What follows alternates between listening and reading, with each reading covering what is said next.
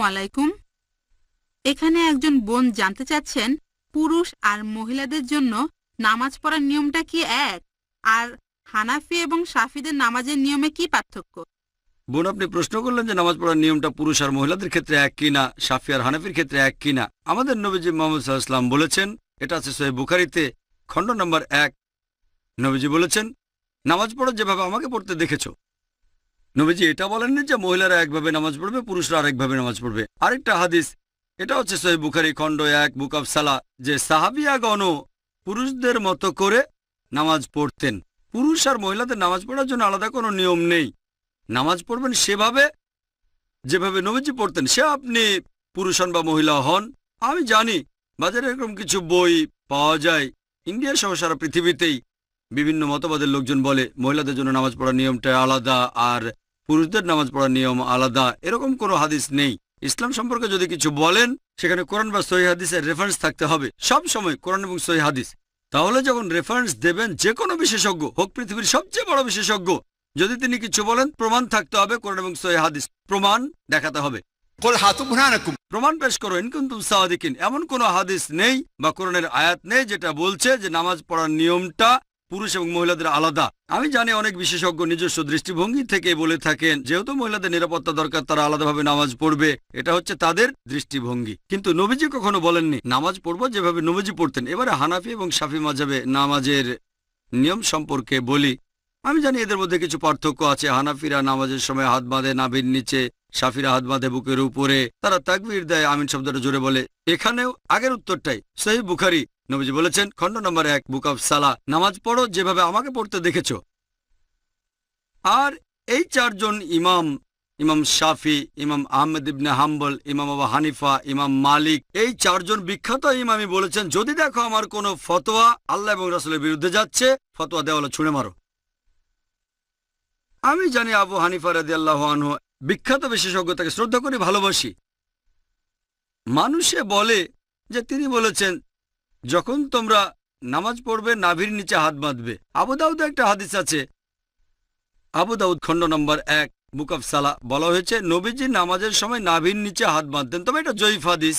ঠিক এর পরের হাদিসটাই বলছে, যেটা সহিহ হাদিস, যে নবীজি হাত বাঁধতেন নাভির উপরে। আরো সহিহ হাদিস আছে সহিহ ইবনে খুজাইমা, যেটা বলছে নবীজি হাত বাঁধতেন বুকের উপরে। সহিহ হাদিস যখন বলছে নবীজি বুকের উপর হাত বাঁধতেন, নাভির নিচের হাদিসটা জয়ীফ। তাহলে নামাজ পড়ার সঠিক নিয়ম বুকের উপর হাত বাঁধা। তার মানে এই না যে ইমাম শাফির সব কথা ঠিক অথবা ইমাম আবু হানিফা তারা দুজনেই শান্তিতে থাকুন, তিনি ভুল। এরা সবাই বিখ্যাত বিশেষজ্ঞ, তাদের শ্রদ্ধা করি, তারা মহান আলেম। তবে আমরা বুঝতে পারছি না যে সেই সময়ে সব হাদিসই লিপিবদ্ধ হয়নি। আমাদের নবীজির জীবদ্দশায় কোরআন লিপিবদ্ধ হয়েছিল, এটা নিয়ে কোনো সন্দেহ নেই, নবীজির নিজস্ব তত্ত্বাবধানে। তবে হাদিস লিপিবদ্ধ করা হয়েছে নবীজির ইন্তেকালের 50 বছর পর, 100 বছর পর বা 150 বছর পরে। এই বিশেষজ্ঞগণ অনেক আগে এসেছেন। আর যেহেতু তাদের কাছে সবগুলো সহিহ হাদিস ছিল না, তারা তখন যে ফতোয়া দিয়েছেন সেগুলো তাদের তখনকার জ্ঞানের ভিত্তিতে। আমি বলবো না ইমাম আবু হানিফা রাদিয়াল্লাহু আনহু ভুল করেছেন, আমি বলবো এই সহিহ হাদিসটা ওনার কাছে পৌঁছায়নি। হতে পারে যে জয়ীফ হাদিসটা তার কাছে পৌঁছেছিল আর সেজন্য তিনি বলেছেন হাত বাঁধবে নাভির নিচে। সহিহ হাদিস হয়তো ইমাম শাফির কাছে পৌঁছেছিল, তিনি বললেন হাত বাঁধবে বুকের উপরে। আবারও সহিহ বুখারী বলছে খণ্ড নম্বর 1 বুক অব সালাহ যে তাকবীর দিতে হবে। তাকবীর নবীজি বলেছেন, এমন না যে ইমাম শাফি বলেছেন তাই আমি এটা মেনে চলছি, কারণ আমার নবীজি বলেছেন। তারপর অজুর বেলায় কোরআনের একটা আয়াত আছে সূরা মাইদা অধ্যায় নম্বর 5, বলা হয়েছে কোন মহিলাকে স্পর্শ করলে অজু ভেঙে যায়। আরবি শব্দটা মাসা, মূল শব্দ লামাসা, মানে স্পর্শ করা। ইমাম শাফি রাদিয়াল্লাহু আনহুর মতে তিনি বলেছেন কোন মহিলাকে স্পর্শ করলে অজু ভেঙে যায়। ইমাম আবু হানিফা বলেছেন যদি কোনো মহিলাকে স্পর্শ করে কোনো পুরুষ অজু অবস্থায় তাহলে অজু ভাঙে না। এখন কোরআনের আরবি শব্দটা হচ্ছে লামাসা, মহিলাকে স্পর্শ করলে অজু ভেঙে যায়। তবে মাসা শব্দটার অর্থ দুটো, একটা হচ্ছে সহবাস করা আর একটা হচ্ছে স্পর্শ করা। ইমাম শাফি রাদিয়াল্লাহু আনহু তিনি বলেছেন এটা স্পর্শ করা। ইমাম আবু হানিফা তিনি ধরে নিয়েছেন সহবাস করা। এখানে তাদের মতটা আলাদা। তবে যদি সুন্নান আবু দাউদ পড়েন খণ্ড নম্বর 1, এখানে বলা হয়েছে যে হযরত আয়েশা রাদিয়াল্লাহু আনহা নবীজি অজু থাকা অবস্থায় তাকে চুমু দিলেন, তারপর নবীজি আবার অজু না করে নামাজ পড়তে চলে গেলেন। আরেকটা হাদিস আছে সহিহ বুখারীতে বুক অব সালাহ খণ্ড নম্বর 1, হযরত আয়েশা ঘুমাচ্ছিলেন, নবীজি তার পা সরিয়ে নামাজ পড়লেন। এটাই প্রমাণ করে যে স্পর্শ করলে অজু ভেঙে যায় না। এখানে আবু হানিফা রাদিয়াল্লাহু আনহু ঠিক বলেছেন, আর ইমাম শাফি, আমি বলবো না তিনি ভুল করেছেন ইচ্ছাকৃতভাবে, হাদিসটা ওনার কাছে পৌঁছায়নি। সবাই বিখ্যাত বিশেষজ্ঞ, আর তারা বলেছেন দেখো যদি আমার কোনো ফতোয়া আল্লাহ এবং রাসূলের বিরুদ্ধে যাচ্ছে, তোমরা আমার ফতোয়া দেওয়ালে ছুঁড়ে মারো। আমি তাই বলবো, আমি একজন পাক্কা হানাফি। আমি ডক্টর জাকির নায়েক একজন পাক্কা হানাফি। কেন? আবু হানিফা ফতোয়া দিয়েছেন নাভির নিচে হাত বাঁধবে নামাজ পড়ার সময়, কিন্তু সহিহ হাদিস বলছে বুকের উপরে। তাই আমি নামাজের সময় হাত বাঁধি বুকের উপরে, আমি একজন পাক্কা হানাফি। ইমাম শাফি বলেছেন যদি দেখো আমার কোনো ফতোয়া আল্লাহ এবং রাসূলের বিরুদ্ধে যাচ্ছে, সেটা দেয়ালে ছুঁড়ে মারো। ইমাম শাফি বলেছেন অজু অবস্থায় কোনো মহিলাকে স্পর্শ করলে অজু ভেঙে যায়, কিন্তু সহিহ হাদিস বলছে অজু ভেঙে যায় না। তাহলে কোনো মহিলাকে অনিচ্ছাকৃতভাবে স্পর্শ করলে অজু ভেঙে যায় না।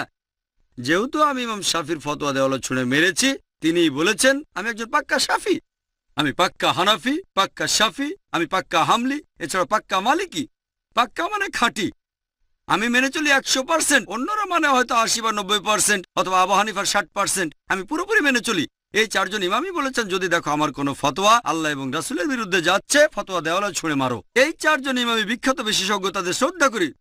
তবে আমাদের বুঝতে হবে সব হাদিস তখনও লিপিবদ্ধ হয়নি। এখন সবকিছু আমাদের হাতের নাগালে, সিডি রোমে পাবেন, বইয়ে পাবেন, অ্যাভেলেবল।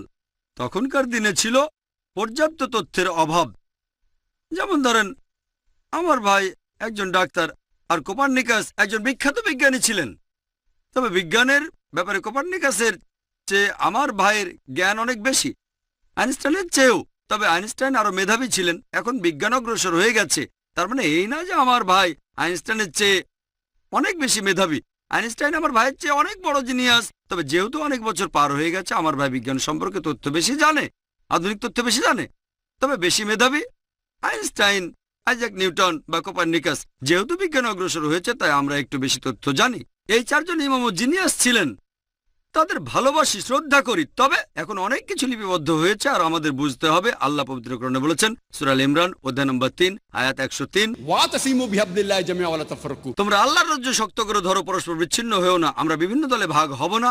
আর নামাজ পড়ার একমাত্র নিয়ম সেটা হানাফি, শাফি বা মালিকিদের নিয়মে না, হবে আমাদের নবীজির নিয়মে।